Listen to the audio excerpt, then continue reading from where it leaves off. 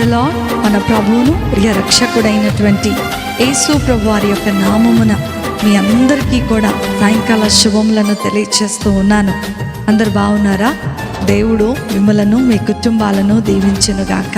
ప్రతి ఆదివారము ఇలా లైవ్ కార్యక్రమం ద్వారా మనందరము కూడా బలపరచబడుతూ ఈ వాక్యము ద్వారా ముందుకు నడిపించబడుతున్నందుకే దేవునికి మహిమ కలుగునుగాక. ఈ వాక్యం ద్వారా అనేక మంది బలపరచబడుతున్నారని మేము దేవునికి స్తోత్రాలు చెల్లిస్తూ ఉన్నాం. మరి ఆలస్యం చేయకుండా ఈ వారము దేవుడు మనకు నేర్పించబోతున్నటువంటి చక్కటి పాఠాన్ని నేర్చుకోవడానికి సిద్ధంగా ఉందాం. కళ్ళు మూసుకున్నట్లయితే మనం ప్రార్థనతో పరిశుద్ధాత్మ దేవుని శక్తితో వాక్య భాగంలోనికి వెళ్దాం.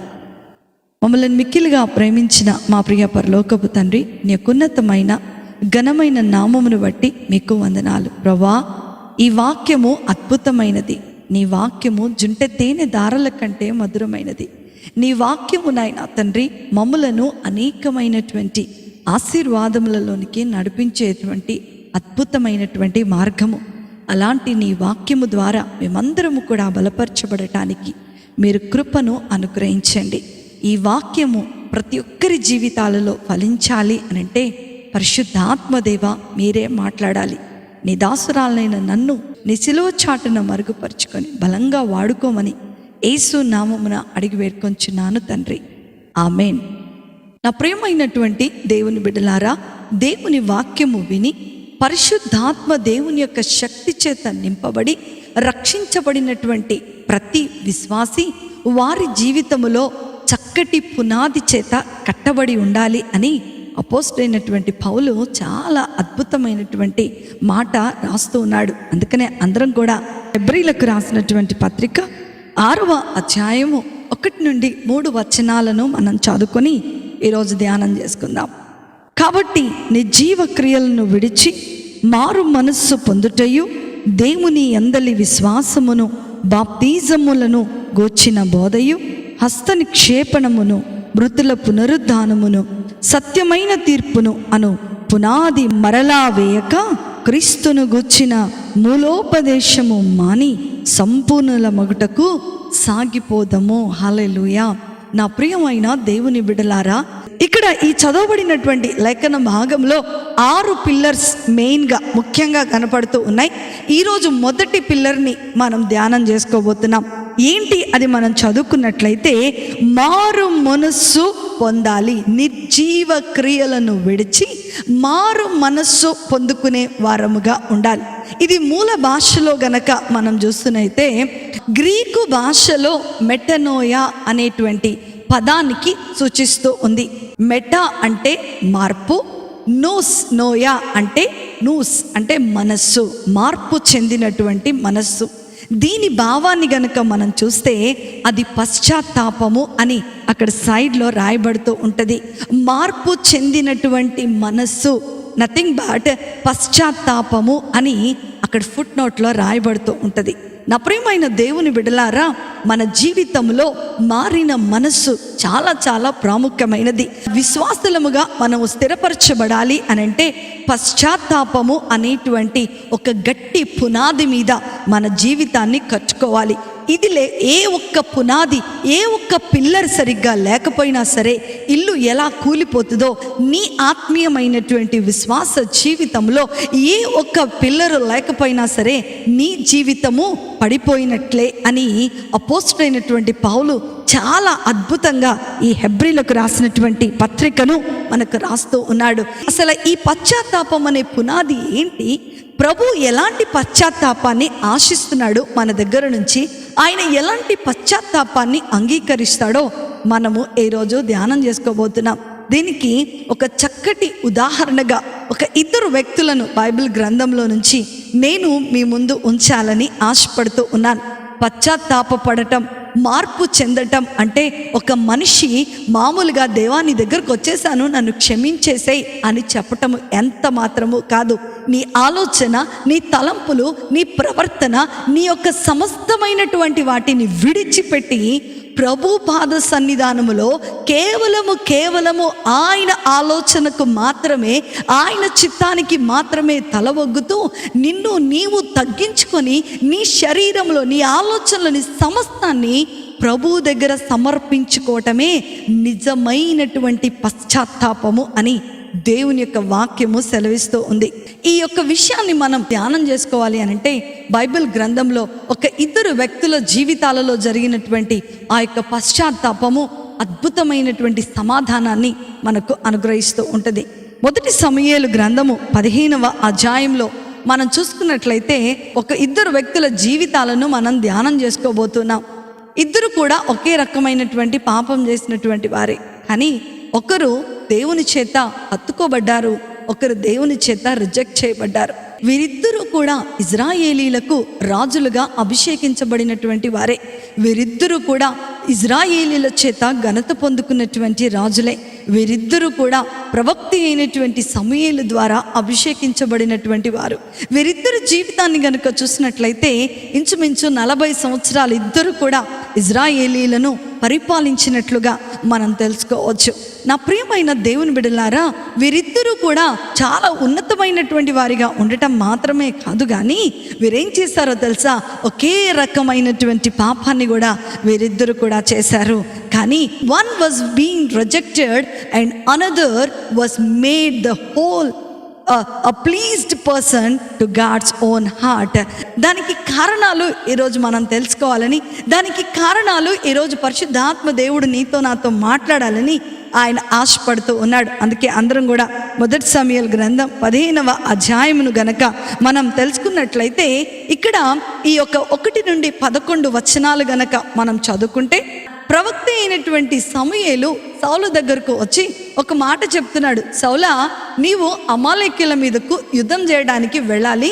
ఆ అమాలేకీయుల మీద నీవు యుద్ధము చేసినప్పుడు అక్కడ ఉన్నటువంటి దేనిని కూడా నీవు తిరిగి తీసుకొని రావడానికి వీలు లేదు అని ఒక చక్కటి ఆజ్ఞ దేవుడు చెప్తున్నాడు. నీ దేవుడు నీకు ఈ ఆజ్ఞ ఇస్తున్నాడు కాబట్టి నీవు అది చేయాలి అని ప్రవక్త అయినటువంటి సమూయేలు సౌలుకు చెప్పినప్పుడు, ఓకే, ప్రవక్త గారు చెప్పారు కాబట్టి అది దేవుని మాటనే, నేను తప్పకుండా అమాలేకీయుల మీదకు యుద్ధానికి వెళ్తున్నాను, దేవుడు మనకు విజయాన్ని ఇచ్చేస్తానని చెప్పాడు కాబట్టి మనం అమాలేకీయుల మీదకు యుద్ధానికి వెళ్దామని తన సైన్యముతో బయలుదేరి వెళ్ళాడంట. ఇక్కడ మనం చూస్తే అతను చక్కగా తన సైన్యాన్ని తీసుకొని వెళ్ళినప్పుడు ఆ అమాలేకీయులను దేవుడు చెప్పినట్లుగానే సౌలు చేతికి అప్పగించేశాడు. అప్పగించేసిన తర్వాత వాళ్ళు ఏం చేస్తున్నారంటే ఆ అమాలేకీయుల రాజు అయినటువంటి అగాగును, ఆ అమాలేకీయులలో శ్రేష్టమైనటువంటి గొర్రెలను, ఆ అమాలేకీయులలో శ్రేష్టమైనటువంటి ఎడ్లను, ఆ అమాలేకీయులలో శ్రేష్టమైనటువంటి మేకలన్నిటినీ కూడా ఏం చేశాడో తెలుసా? సౌలు తనతో వెంట పెట్టుకొని మరి ఆయన ఇజ్రాయేలు దేశానికి తీసుకొని వచ్చేసాడంట. నా ప్రియమైన దేవుని బిడ్డలారా, సౌలు బాహాటంగా ఒక భయంకరమైనటువంటి తప్పును చేసేసాడు. దేవుడు చెప్పినది చేయలేదు. దేవుని మాట వినకుండా దేవునికి తన సొంత చిత్తాన్ని నెరవేర్చుకున్నాడు. దేవుని ఒక్క వాక్యాన్ని గనక మనం చూసుకున్నట్లయితే ఆజ్ఞ అతిక్రమమే పాపం అని దేవుని యొక్క వాక్యం చెప్తూ ఉంటే, దేవుడు చెప్పిన మాట వినుకోకుండా తన సొంత చిత్తాన్ని, తన సొంత ఆలోచనలను ఆయన తీసుకొని సౌలు ఏం చేశాడో తెలుసా? మరి చక్కగా జయమిచ్చిన దేవునికి స్తోత్రం చెప్పేస్తూ మరి ఆ యొక్క ఇజ్రాయేల్లోనికి వచ్చేసాడంట. సమూయేలు ప్రార్థన చేసుకుంటా ఉంటుంటే సమూయేలుతో దేవుడు మాట్లాడుతున్నాడంట. సమూయేలు, సౌలు భయంకరమైనటువంటి పాపము చేశాడు, ఆజ్ఞ అతిక్రమం అనే పాపం, నా మాట వినలేదు కాబట్టి నేను అతని మీద చాలా కోపంగా ఉన్నాను, నువ్వు ఫస్ట్ వెళ్ళు అని సమూయేలుతో దేవుడు మాట్లాడుతున్నప్పుడు సమూయేలు సౌలు దగ్గరకు వచ్చి ఒక మాట అడుగుతున్నాడు. 13వ వచనం మనం చదువుకుందాము. అటు తర్వాత సౌలు నెద్దకు రాగా సౌలు, యెహోవా వలన నీకు ఆశీర్వాదము కలుగునుగాక, యెహోవా ఆజ్ఞ నేను నెరవేర్చితిననగా సమూయేలు, అలాగైతే నాకు వినబడుచున్న గొర్రెల అరుపులను ఎడ్ల రంకెలను ఎక్కడవని అతన్ని అడిగాను. అందుకు సౌలు, అమాలేకీల యొద్ద నుండి జనులు వీటిని తీసుకొని వచ్చిరి, నీ దేవుడైన యెహోవాకు బలి అర్పించుటకు జనులు గొర్రెలలోను ఎడ్లలోను మంచి వాటిని ఉండనిచ్చిరి, మిగిలిన వాటన్నిటినీ మేము నిర్మూలము చేసితిమి అని ఎంత ధైర్యముగా పొగరుగా మరి సమూయేలుకు ఆన్సర్ చెప్తున్నాడంట సౌలు. నా ప్రియమైన దేవుని బిడ్డలారా, ఇక్కడ ఈ చదవబడినటువంటి లేఖన భాగమును చూస్తే సమూయేలుకు చాలా కోపం వచ్చేసి ఉంటుంది. ఎందుకంటే నీ దేవుడైన ఈయన తప్పు చేయింది పోగా, ఈయన తప్పు చేశాడు, దేవుని మాట వినలేదు, దేవుడు చెప్పింది చేయలేదు, చెయ్యకపోగా ఏం చేస్తున్నాడు, నేనైతే ఏం తేలేదయ్యా, ఇగో నా ప్రజలే దేవునికి నీ దేవుడైన యెహోవాకు బలి అర్పించటానికి తీసుకొని వచ్చారు అని చెప్తున్నాడంట. సమూయేలుకి ఎంత కోపం వచ్చిండొచ్చు. నా ప్రియమైన దేవుని బిడ్డ, నిన్న మొన్నటి వరకు నా దేవుడు, నా సజీవుడైనటువంటి దేవుడు యెహోవా, నేను ఆరాధించుచున్నటువంటి దైవమైనటువంటి యెహోవా, నా నిత్యుడకు తండ్రి అయినటువంటి యెహోవా, ఎన్ని మాటలు చెప్పుంటాడు సౌలు. కానీ ఈరోజు గర్వముతో ఏం చేస్తున్నాడంటే నీ దేవుడైన యెహోవా అంటున్నాడంట. ఈయనకు దేవుడు కాదా ఆయన? ఈయనకు దేవుడు కాదా ఆయన? నా ప్రియమైన దేవుని బిడ్డ, ఈరోజు సౌలు జీవితము మన జీవితంలో ఎన్నో ఎన్నో పాఠాలు మనకి నేర్పిస్తూ ఉంది. అతను చేసినటువంటి తప్పుకు పశ్చాత్తాపడవలసినటువంటి సమయంలో, సౌలు ఒబీడియన్స్ చూపించాల్సినటువంటి సమయంలో తన డిస్ఒబీడియన్స్ని అక్కడ చూస్తూ ఉన్నాడు. ఎంత ప్రైడ్గా ఆన్సర్ చెప్తూ ఉన్నాడు. నా ప్రియమైన దేవుని బిడ్డలారా, ఈ చదవబడినటువంటి ఈ సౌలు యొక్క జీవితంలో మనం చూసుకున్నట్లయితే, ఒకటి, దేవుడు చెప్పిన మాట వినలేదు, దేవుడు చేయొద్దన్నటువంటి పనిని చేశాడు. ఆ రాజును కూడా నీవు తీసుకొని రాకూడదు అని చెప్పాడు. ఆ అమాలేకీయుల మీద నేను నీకు జయమిస్తాను అని దేవుడు చెప్పాడు. ఏ రాజ్యముతో యుద్ధానికి వెళ్ళినా, ఏ రాజులు కొట్టుకున్నా సరే, ఆ రాజ్యము యొక్క రాజును చంపితేనే ఆ దేశము మీద, ఆ రాజ్యము మీద విజయము వచ్చినట్లు. ఇది మనందరికీ కూడా తెలిసిందే. ఈ యొక్క సౌలు ఏం చేస్తున్నాడంటే ఆ దేశము యొక్క రాజును పట్టుకొని వచ్చాడంట. నేను పట్టుకొని వచ్చాను ఈయనని అంటున్నాడు. కానీ దేవుడు ఏమన్నాడు, అరే పిచ్చోడా, రాజును పట్టుకొని వస్తే నీకు విజయం ఎక్కడా? సమూయేలు చెప్తూ ఉన్నాడు, సౌలా ఎంత తప్పు చేసావయ్యా, నువ్వు దేవుని మాట వినుకోకుండా, దేవుడు చెప్పింది చేయకోకుండా నువ్వు ఎంత తప్పు చేసావయ్యా.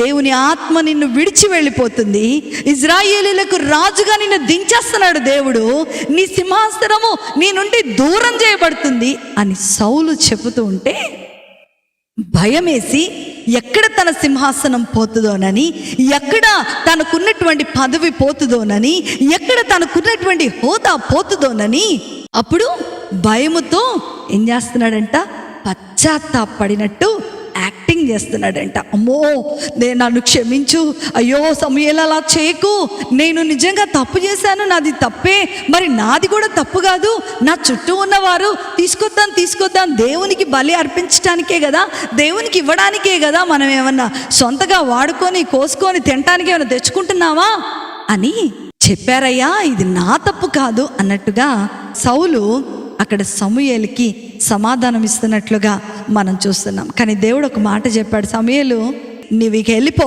అని చెప్పాడంట. అదే 33వ అధ్యాయం 35వ వచనంలో, అప్పుడు సమూయేలు రామాకు వెళ్ళిపోయిన, సౌలు గిబియాలోని తన ఇంటికి వెళ్ళిపోయిన. సౌలు బ్రతికిన దినములన్నిటిను సమూయేలు అతన్ని దర్శింప వెళ్ళలేదు గాని సౌలు గూర్చి దుఃఖాక్రాంతుడాయను. మరియు తాను సౌలు ఇజ్రాయేలు మీద రాజుగా నిర్ణయించినందుకు యెహోవా పశ్చాత్తాపపడెను. నా ప్రియమైన దేవుని బిడ్డ, ఎంత ఘోరమైనటువంటి మాట, ఎంత బాధాకరమైనటువంటి మాట చూడు. సౌలు చేసినటువంటి తప్పు మూలాన ఏమంటున్నాడంట, యెహోవా పశ్చాత్తాపపడ్డాడు అని ఇక్కడ రాయబడుతుంది. ఇక్కడే తెలిసిపోయింది, Saul was been rejected by God. ఇక్కడ ఈయనలో కూడా పశ్చాత్తాపం ఉంది. మనం మాట్లాడుకుంటున్నట్లుగా ఇంకొక రెండో వ్యక్తి గురించి కూడా మనం మాట్లాడుకొని ఈ యొక్క వాక్యము మనకేం నేర్పిస్తుందో మనం నేర్చుకుందాం. అందరం కూడా 2 సమూయేలు గ్రంథము 11వ అధ్యాయము 1 నుండి 12 వచనాలు మీరు లైవ్ అయిపోయిన తర్వాత ఖచ్చితంగా ఇవి చదువుకోవాలి. ఎందుకంటే ఇవి మన జీవితంలో ఎంతో అద్భుతమైనటువంటి పాఠాలను మనకు నేర్పిస్తూ ఉంది. ఈ యొక్క అధ్యాయంలో చదువుకున్నట్లయితే దేవుడు చెప్పాడంట, దావీదు నువ్వు ఈరోజు యుద్ధానికి వెళ్ళు, నువ్వు యుద్ధము చేయాలి, కాబట్టి నువ్వు యుద్ధ భూమిలో ఉండాలి అని దావీదుకు చెప్తే మన దావీదు గారు ఏం చేశారు అనంటే, చక్కగా నిద్రపోయి ఉండవలసినటువంటి స్థలములో ఉండకుండా, చేయాల్సినటువంటి పని చేయకుండా, దేవుని మాట వినుకోకుండా ఉండరానటువంటి స్థలములో మిద్దె మీద పడుకొని ఉన్నాడంట. పడుకొని లేవంగానే ఈ యొక్క దావీదు కన్నులకు బెత్సెబా స్నానం చేస్తూ కనపడంగానే he was sinned with Bathsheba, and not only he was sinned with Bathsheba, but he committed a murder. So David sinned against God with the sin of adultery with Bathsheba. నా ప్రియమైన దేవుని బిడ్డలారా, ఘోరమైనటువంటి పాపం చేసేసాడు. ఉండవలసినటువంటి స్థలములో ఉండకుండా, దేవుడు చెప్పినటువంటి స్థలములో ఉండకుండా, దేవుడు చెప్పినటువంటి పని చేయకోకుండా రాజులందరూ యుద్ధం చేస్తూ ఉంటుంటే ఈయన ఏం చేస్తున్నాడంట, మిద్దె మీద తిరుగుతూ ఉన్నాడంట. తద్వారా ఘోరమైనటువంటి పాపాన్ని దావీదు జీవితంలో చేయటం మనం ఇక్కడ చూస్తూ ఉన్నాం. అయితే మన దావీదు గారు ఏం చేశారు అని అంటే 5వ వచనాన్ని మనం చదువుకున్నట్లయితే, ఆ స్త్రీ గర్భవతి అయి నేను గర్భవతినైతినని దావీదునకు వర్తమానము పంపగా, దావీదు హిత్తీయుడగు ఊరియాను నా యొద్దకు పంపుమని దూత ద్వారా యోవాబునకు ఆజ్ఞ ఇచ్చెను. ఊరియా దావీదునొద్దకు రాగా దావీదు యోవాబు యోగక్షేమములను, జనుల యోగక్షేమములను, యుద్ధ సమాచారమును అడిగెను. తరువాత దావీదు ఇంటికి పోయి శ్రమ తీర్చుకొనమని ఊరియాకు సెలవీయగా, ఊరియా రాజ్యనగరిలో నుండి బయలువెళ్ళెను. అతని వెనుక రాజు ఫలహారము అతని యొద్దకు పంపెను. గాని ఊరియా తన ఇంటికి వెళ్ళక తన ఏలిన వాని సేవకులతో కూడా రాజ్యనగర ద్వారమున పండుకొనెను. ఊరియా తన ఇంటికి పోలేదన్న మాట దావీదునకు వినబడినప్పుడు దావీదు ఊరియాను పిలిపించి, నీవు ప్రయాణము చేసి వచ్చితివి గదా, ఇంటికి వెళ్ళకపోతివని అడగగా, ఊరియా ఏమంటున్నాడంట, మందసమును ఇజ్రాయేలు వారును యూదా వారును గుడారములలో నివసించుచుండగా నా అధిపతియగు యోవాబును నా ఏలిన వాడగు నీ సేవకులను బయట దండులో నుండగా భోజన పానములు చేయుటకు నేను ఇంటికి పోదునా అని ఊరియా చెప్తున్నాడంట. నా ప్రియమైన దేవుని బిడ్డలారా, ఈ సందర్భాన్నంతా కూడా మనం చదువుకున్నట్లయితే రాజైనటువంటి దావీదు ఘోరమైనటువంటి పాపాన్ని బెత్షెబాతో చేసేస్తున్నాడు. ఘోరమైనటువంటి వ్యభిచారాన్ని అక్కడ కనపరుస్తూ ఉన్నాడు. ఆయన తప్పు చేయటం మాత్రమే కాదు, ఆమె బెత్షెబా భర్త అయినటువంటి ఊరియాను కూడా ఏం చేస్తున్నాడంట, చంపించేసినట్లుగా మనం ఈ కింద వచనాలలో మనం చదువుకుంటూ ఉంటాం. ప్రజలందరి ముందు చెప్తున్నాడు, అయ్యో ఈమె విధవరాలైపోయింది, నా కొరకు, నా రాజ్యము కొరకు ఊరియా మరణించాడు, కాబట్టి ఆయన చేసినటువంటి గొప్ప త్యాగాన్ని బట్టి అతని భార్య అయినటువంటి బెత్షెబాను నేను పెళ్లి చేసుకుంటున్నానని ఊరందరి ముందు ఏం కవరింగ్ ఇస్తున్నాడంటండి, ఏదో మంచివాడిలాగా, ఆమె పట్ల న్యాయము జరిగించిన వాడిలాగా, ఆమె పట్ల దయ ఉన్నవాడిలాగా ఊరు ప్రజలందరూ, తన దేశ ప్రజలందరంటే దావీదుకు ఎంత ప్రేమనో అని డబ్బాలు కొట్టించుకుంటూ చాలా సంతోషంగా ఉన్న సమయంలో దావీదు దగ్గరకు ఒక ప్రవక్త వచ్చాడంట. ఆయనే ప్రవక్త అయినటువంటి నాతాను ప్రవక్తను చూడంగానే దావీదుకు చాలా సంతోషం వేసిందంట. ప్రవక్త కనపడితే ఆ రోజుల్లో దీవించటానికి దేవుడు పంపించినటువంటి ప్రతినిధులు అని వారిని ఎంతగానో సత్కరించి వారిని ఎంతగానో గణపరిచేసేటువంటి వారు. అలాంటి నాతాను ప్రవక్త దావీదు దగ్గరకు వచ్చి, రాజైనటువంటి దావీదు యెహోవా ఆశీర్వాదము నీ మీద నిలిచి ఉండునుగాక అని ఆశీర్వచనముతో ప్రారంభము చేసి ఏం చెప్తున్నాడంట, నీకు ఒక చిన్న కథ చెప్పాలయ్యా నేను అనంటే దావీదు అన్నాడు, అయ్యో మీరు పెద్ద ప్రవక్త కాబట్టి మీరేం చెప్తే అది నేను వింటాను, చెప్పండి అయ్యా అని చెప్పాడంట. చెప్పంగానే ఆ యొక్క ప్రవక్త ఒక చక్కటి స్టోరీని చెప్తున్నాడంట. ఇద్దరు స్నేహితులు ఉన్నారు, ఒకనికి 100 గొర్రెలు ఉన్నాయి, రెండవ వానికి చాలా పేదవాడు కాబట్టి వాడి దగ్గర ఒక గొర్రెనే ఉంది. అతను ఆ గొర్రెను చాలా బాగా పెంచుకున్నాడు. కొంతకాలం అయిపోయిన తర్వాత తన పిల్లలలో ఒకటిగా భాగముగా అయిపోయింది ఆ యొక్క గొర్రె. అయితే ఈ 100 గొర్రెలు ఉన్నవాడికి వీడి ఒక గొర్రె మీద దుర్బుద్ధి పుట్టింది కాబట్టి వీడి దగ్గర ఉన్నటువంటి ఆ ఒక గొర్రెను సంహరించేశాడు అని నాతాను ప్రవక్త ఈ కథను చెప్తూ ఉండగానే దావీదులో చెప్పలేనటువంటి కోపం వచ్చేసిందంట. ఈ కథకు చాలా బాగా కనెక్ట్ అయిపోయాడు దావీదు. కనెక్ట్ అయిపోయి అంటున్నాడు, అందరం కూడా 12వ అధ్యాయం 5వ వచనాన్ని మనం చదువుకుంటే, దావీదు ఈ మాట విని ఆ మనుష్యుడి మీద బహుగా కోపించుకొని, యెహోవా జీవము తోడు నిశ్చయముగా ఈ కార్యము చేసిన వాడు మరణపాత్రుడు, చంపేయాలి నా ప్రవక్త గారు, చంపేయాలని, అట్లాంటి బతికించద్దు, బతికే అవకాశమే లేదు, వాడు ఎంత దుర్మార్గుడు, వాడి దగ్గర 100 ఉన్నాయి కానీ ఈ ఒక్క గొర్రె పిల్లను నువ్వు ఎలా సంహరించగలిగాడు వాడు అని చెప్పేసి దావీదు ఆవేశపడుతూ ఉంటుంటే నాతాను ప్రవక్త అంటున్నాడంట, కొంచెం ఆగయ్యా అని అంటూ కింద 7వ వచనాన్ని మనం చదువుకున్నట్లయితే, నాతాను దావీదును చూసి ఆ మనుష్యుడవు నీవే. హల్లెలూయా. ఆ మనుష్యుడు ఎవరో కాదయ్యా, హోల్డ్ ఆన్, ఎందుకంత ఆవేశపడిపోతున్నావు? ఆ మనుష్యుడవు నీవే. నీకు నీవుగా మహనీయుడిగా పిలిపించుకుంటూ ఏదో త్యాగం చేసినట్లుగా, ఆమెను చేర్చుకున్నట్లుగా, ఆమెకు న్యాయం చేసినట్లుగా యాక్టింగ్ చేస్తున్నావే. ఆ మనుష్యుడు ఎవరో కాదు, నేను చెప్పుతున్న వ్యక్తి నీవే అని నాతాను ప్రవక్త దావీదుకు చెప్పాడంట. దావీదుకు నాతాను ప్రవక్త ఎప్పుడైతే ఈ మాటను చెప్పాడో దావీదులో వణుకు పుట్టింది. ఎందుకో తెలుసా? మనుష్యుడు ఎవ్వరు కూడా చూడడు కానీ రహస్యమందు చూచు దేవుడు నన్ను చూసేశాడు, దేవుని ఎదుట నా జీవితం బట్టబయలైపోయింది అని దావీదు తెలుసుకున్నాడు. అందుకని 9వ వచనంలో ఏమంటున్నాడు చూడండి, నాతాను ప్రవక్త ఎప్పుడైతే మరి దావీదుతో మాట్లాడుతున్నాడో, దావీదు యెహోవా మాటను తృణీకరించి ఆయన దృష్టికి చెంతనము చేసితివేమి, హిత్తీయుడగు ఊరియాను కత్తి చేత చంపించి అతని భార్యను నీకు భార్య అగునట్లుగా నీవు పట్టుకొని ఉన్నావు. ఇది దేవునికి తెలియదా నువ్వు చేసిన పనులు? ప్రజలెవ్వరికీ తెలియకపోవచ్చు, ప్రజలందరూ నువ్వు గొప్ప కార్యం చేశావని నీకు చప్పట్లు కొట్టచ్చు, కానీ దావీదు నువ్వు చేసింది దేవునికి తెలియదు అనుకుంటున్నావా అని ప్రవక్త చెప్పంగానే 13వ వచనంలో చూడండి, నా ప్రియమైన దేవుని బిడ్డ, నేను పాపము చేసి తిని దావీదు, నేను పాపము చేసి తినని దావీదు ఎంత అద్భుతంగా పశ్చాత్తాపడ్డాడో 51వ దావీదు కీర్తనలో చాలా చక్కగా దావీదు ప్రార్థన చేస్తూ పాడినట్లుగా మనం చూస్తూ ఉన్నాం. 51వ దావీదు కీర్తనలో మనం అక్కడ పైన ఫుట్ నోట్ గనుక మనం చూస్తే, దావీదు బెత్షెబా యొద్దకు వెళ్ళిన తర్వాత నాతానును ప్రవక్త అతని యొద్దకు వచ్చినప్పుడు అతడు రచించినటువంటి కీర్తన అని రాయబడింది.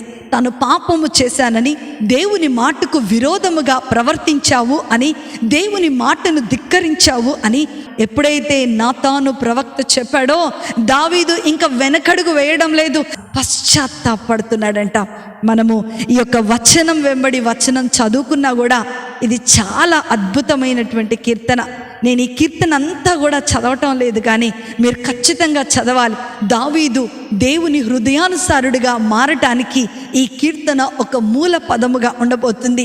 దావీదు జీవితంలోనికి యేసు ప్రభువారు స్థిరమైనటువంటి రాజ్యాన్ని చేయటానికి కారణం ఈ యొక్క 51వ కీర్తనగా మనకు కనపడుతూ ఉంది. ఇక్కడ మనం చూస్తున్నట్లయితే, దేవా నీ కృప చొప్పున నన్ను కరుణించుము, నీ వాత్సల్య బాహుల్యము చొప్పున నా అతిక్రమములను తుడిచివేయండి ప్రభువా. నేనే నా దోషము పోవునట్లుగా నన్ను బాగుగా కడుగు ప్రభువా. నా పాపము పోవునట్లు నన్ను పవిత్రపరచము, నన్ను కడుగు ప్రభువా అని పశ్చాత్తాపముతో దావీదు ప్రార్థన చేస్తూ ఉన్నాడు. మళ్ళా ఇంకా కింద మన వచనాలను గనక చదువుకున్నట్లయితే, నీకు కేవలము నీకే విరోధముగా నేను పాపము చేసి ఉన్నాను, నీ దృష్టి ఎదుట నేను చెడుతనము చేసి ఉన్నాను, కావున ఆజ్ఞ ఇచ్చినప్పుడు నీవు నీతిమంతుడుగా అగుబడుదువుగాక. నా తండ్రి, నీవు నా ప్రార్థన ఆలకించండి. నేను నీ ఎదుట నేను పాపం చేశానయ్యా, ఇలాంటి తప్పు నేను చేయకుండా ఉండాల్సింది. నీతిమంతుడు అయిన దేవుడు అని నేను తెలుసుకొని కూడా నేను పాపము చేశాను ప్రభువా అని పశ్చాత్తాపముతో అక్కడ దావీదు ప్రార్థన చేస్తున్నాడు. ఈ 12 వచనాలు కూడా చాలా అద్భుతమైనటువంటి బలమైన పశ్చాత్తాపం ఎలా దావీదు ప్రార్థన చేశాడో అద్భుతంగా రాయబడి ఉన్నాయి. అందుకనే మొదటి యోహాను రాసినటువంటి పత్రిక 1వ అధ్యాయము 9వ వచనంలో మనం చూసుకున్నట్లయితే, మన పాపములను మనము ఒప్పుకొనిన ఎడల ఆయన నమ్మదగిన వాడును నీతిమంతుడై ఉన్నాడు గనక మనలను ఆయన క్షమించును అని రాయబడుతూ ఉంది. నా ప్రియమైన దేవుని బిడ్డలారా, ఇక్కడ ఇద్దరు కూడా ఒకే రకమైనటువంటి పాపాన్ని చేశారు. ఇద్దరు కూడా దేవుని మాట వినకోకుండా ఆజ్ఞ అతిక్రమం అనేటువంటి పాపములోనికి వారి జీవితాన్ని నడిపించారు. అయితే వీళ్ళిద్దరికీ కూడా ఒక వార్నింగ్ వచ్చింది. ప్రవక్త అయినటువంటి సమూయేలు ద్వారా సౌలుకు, ప్రవక్త అయినటువంటి నాతాను ద్వారా దావీదునకు ఒక వార్నింగ్ వచ్చింది. ఒకరేమో వారి తప్పును కప్పిపుచ్చుకోవటానికి, వారి తప్పును సమర్థించుకుంటూ వారు ముందుకు మాట్లాడుతూ గర్వంగా మాట్లాడుతూ ఉంటుంటే, ఒకరేమో పశ్చాత్తాపముతో దేవుని పాదాలను కడిగి కడిగి కడిగి వారి పాపము నుండి విడుదల పొందుకునేటట్లుగా మనము ఇక్కడ చూస్తూ ఉన్నాం. నా ప్రియమైన దేవుని బిడ్డలారా, ఈరోజు ఎందుకు సౌలు రిజెక్ట్ చేయబడ్డాడు, ఎందుకు దావీదు దేవుని హృదయానుసారుడిగా మార్చబడ్డాడో మనం తెలుసుకోవాలి అనంటే, అందరం కూడా మొదటి సమూయేలు రాసినటువంటి గ్రంథము 16వ అధ్యాయము 7వ వచనాన్ని మనం చదువుకున్నట్లయితే, యెహోవా సమూయేలుతో ఇలాగనెను, అతని రూపమును అతని ఎత్తును లక్ష్య పెట్టకము, మనుష్యులు లక్ష్య పెట్టు వాటిని యెహోవా లక్ష్య పెట్టడు, నేను అతన్ని త్రోసివేసి ఉన్నాను. హల్లెలూయా. నా ప్రియమైన దేవుని బిడ్డలారా, మనుషులు పైవేషాన్ని చూస్తారు కానీ దేవుడు మన అంతరంగాన్ని చూస్తాడు. సౌలు కూడా పశ్చాత్తాపడుతున్నాడు. ఎప్పుడు పశ్చాత్తాపడుతున్నాడంట? తన సింహాసనపు కుర్చీలు కదిలిపోతున్నప్పుడు, తన కిందున్నటువంటి సీటు కదిలిపోతున్నప్పుడు, ఎక్కడ ఇజ్రాయేలీల చేత నేను రిజెక్ట్ చేయబడతానో, ఎక్కడ గాడిదను కాసుకునేటువంటి నన్ను తీసుకుని వచ్చి రాజుగా చేసేసాడు, నాకిచ్చినటువంటి రాజ్య పదవి ఎక్కడైతే నా నుంచి దూరం చేయబడుతుందో అనేటువంటి భయముతో ఏం చేస్తున్నాడంట? పశ్చాత్తాపడుతూ ఉన్నాడు. నా ప్రియమైన దేవుని బిడ్డ, అట్ ద సేమ్ టైం దావీదు తన రాజు యొక్క రాజరికాన్ని పక్కన పెట్టాడు. తను ఏడ్చి ప్రార్థన చేస్తే సేవకులు ఏమనుకుంటారో, నా కింద పనిచేస్తున్న వారు ఏమనుకుంటారో, మరి నాతాను ప్రవక్త ముందు నేను చిన్నవాడిని అయిపోతాను అనుకుంటాడో, ఏమీ చూడకోకుండా ప్రభు పాదాల ఎమ్మటే పడి, ప్రభువా నన్ను క్షమించు ప్రభువా, దేవా తండ్రి, నాకిచ్చిన ఈ హోదా ఒక చిన్నవాడైనటువంటి దావీదుగా ఉన్న నేను, గొర్రెల కాపరిగా ఉన్నటువంటి నన్ను ఇజ్రాయేలీలకు రాజుగా చేసావు, ఇది కేవలం నీ కృపనే ప్రభువా, నేను నీ ఎదుట పాపము చేశాను ప్రభువా అని అంతరంగములో పశ్చాత్తాపాన్ని కలిగి ఉన్నట్లుగా మనం చూస్తూ ఉన్నాం. నా ప్రియమైన దేవుని బిడ్డలారా, నీ జీవితంలో ఎన్ని వాక్యాలు వింటున్నావు, నీ జీవితంలో ఎన్ని వాక్యాలు, ఎన్ని మీటింగులు అటెండ్ అవుతున్నావు, ఎన్ని ఆదివారాలు నీ యొక్క జీవితంలో చర్చికి వెళ్ళి వస్తున్నావు, కానీ నీలో పశ్చాత్తాపం ఉందా లేదా? నీ అంతరంగంలో నువ్వు ఏమై ఉన్నావో దాన్ని మాత్రమే దేవుడు చూస్తాడు. నీ బాహాటముగా నువ్వు ప్రార్థన చేస్తున్నావా లేదా? బాహాటముగా నువ్వు ఉపవాసం చేస్తున్నావా? అంతరంగములో నీలో గనక దేవుని మాట విననటువంటి స్వభావము ఉన్నట్లయితే ఈరోజు ప్రభు నిన్ను నన్ను కూడా రిజెక్ట్ చేయడానికి ఎంత మాత్రము వెనకాడడని ఈరోజు ఈ వాక్య భాగం ద్వారా దేవుడు నీతో నాతో మాట్లాడుతూ ఉన్నాడు. చాలామంది పైకి భక్తిగా, చాలామంది దేవునికి దశంభాగాలు ఇచ్చేస్తూ, చాలామంది ఉపవాసాలు ఉంటూ, చాలామంది సేవ చేసుకుంటూ, చాలామంది గంటలు గంటలు ప్రార్థన చేసుకుంటూ బైబిల్ చదువుకుంటూ గడుపుతూ ఉంటారు. కానీ వారి అంతరంగంలోనికి వెళ్ళినట్లయితే వారి జీవితంలో ఎవ్వరికి కనపడనటువంటి పాపము ఉంటూ ఉంటుంది. ఇలా వాక్యము ద్వారా ప్రతి వారము దేవుడు హెచ్చరిక చేస్తున్నా సరే పశ్చాత్తాప పడకోకుండా మొండిగా ఏం కాదులే నేను ప్రార్థన చేస్తున్నాను, ఏం కాదులే నాలో విశ్వాసం ఉంది, ఏం కాదులే మానవులన్న తర్వాత తప్పు చేయడం సహజమే, ఏం కాదులే దేవుని రక్తంలో గడిగేస్తాడులే, ఏం కాదులే, అవసరమైనప్పుడు పేకల మీదకి వచ్చిందంత పశ్చాత్తాపడొచ్చులే అని అనుకునే వాళ్ళు కూడా లేకపోలేదు. But my dear brother and sister, today God is telling you that ఈ పశ్చాత్తాపం అనే పునాది మీద నీ విశ్వాస జీవితాన్ని నువ్వు కట్టుకోపోతే నీ విశ్వాస జీవితం పడిపోయినట్లే. కాబట్టి మన విశ్వాస జీవితాన్ని కట్టుకోవాలంటే నీ రహస్యములో దేవుడు నిన్ను చూస్తూ ఉన్నాడు. నువ్వు రహస్యంగా చెడు ఆలోచనలు కలిగి ఉన్నావా? చెడు తలంపులు కలిగి ఉన్నావా? దేవుని మీద విశ్వాసం లేకుండా ఉన్నావా? నా ప్రియమైన దేవుని బిడ్డ, విశ్వాసము లేకుండా దేవునికి ఇష్టుడై ఉండుట అసాధ్యము అని దేవుని యొక్క వాక్యం చెప్తుంది. ఈరోజు ఈ మొదటి విషయాన్ని మనం జ్ఞాపకం చేసుకోవాలి. సౌలు రిజెక్ట్ అవ్వటానికి కారణం ఏంటంటే అంతరంగములో పశ్చాత్తాపాన్ని లేకోకుండా, అంతరంగంలో దేవుడంటే భయము లేకోకుండా జీవిస్తూ ఉన్నాడు. దావీదు జీవితాన్ని దేవుడు హత్తుకోవటానికి కారణం ఏంటో తెలుసా? అంతరంగములో పశ్చాత్తాపడి శుద్ధమైన హృదయాన్ని కోసము దావీదు అడుగుతూ ఉన్నాడు. అందరం కూడా యాకోబు రాసినటువంటి పత్రిక 4వ అధ్యాయము 6వ వచనంలో మనం చదువుకుంటే, ఆయన ఎక్కువ కృపను నిచ్చును, అందుచేత దేవుడు అహంకారులను ఎదిరించి దీనులకు కృప అనుగ్రహించును. హల్లెలూయా. నా ప్రియమైన దేవుని బిడ్డలారా, రెండవది మనం ఇక్కడ చూసుకున్నట్లయితే ఆయన అధికారమునకు లోబడేటువంటి వారిని దేవుడు క్షమిస్తాడు. ఆయన అధికారమునకు లోబడే వారి మీద దేవుని కృపను చూపిస్తాడు. అట్ ద సేమ్ టైం సౌలు జీవితాన్ని గనుక మనం చూసుకున్నట్లయితే యెహోవా సౌలును బట్టి పశ్చాత్తాపడెను అని అక్కడ చివరి వచనంలో మనం చదువుతూ ఉన్నాం. నా ప్రియమైన దేవుని బిడ్డలారా, దావీదు మీద శాశ్వతమైనటువంటి కృపను నేను కుమ్మరిస్తున్నాను అన్నాడు దేవుడు. నా ప్రియమైన దేవుని బిడ్డలారా, ఈరోజు నీ జీవితంలో ఎందుకు గర్వపడుతున్నావు? ఒకవేళ దేవుడు చెప్పింది చేయకోకుండా నీకున్న పరిస్థితులను బట్టో, నీకున్న హోదాని బట్టో, నీకున్నటువంటి స్థితిగతులను బట్టో, నీకున్నటువంటి అధికారమును బట్టి నీవు గర్విస్తున్నటువంటి పరిస్థితిలో ఉన్నట్లయితే, ఒకవేళ ఈ పాపం చేస్తున్నావు, వాక్యము నిన్ను పదే పదే పదే పదే హెచ్చరిక చేస్తున్నట్లయితే, దేవుని వాక్యానికి లోబడకుండా ఉండటమే గర్వము అని దేవుని యొక్క వాక్యం సెలవిస్తూ ఉంది.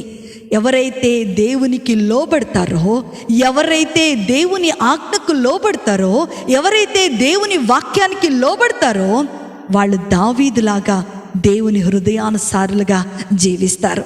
ఎవరైతే దేవుని మాటకు లోబడకుండా గర్వంగా ప్రవర్తిస్తారో, గర్వం అంటే డంబకంగా మాట్లాడటము, లేకపోతే గ్రేట్గా గొప్పలు చెప్పడమో కాదండి. ఇక్కడ మరి యాకోబు రాసినటువంటి పత్రికలు ఏమంటున్నాడు?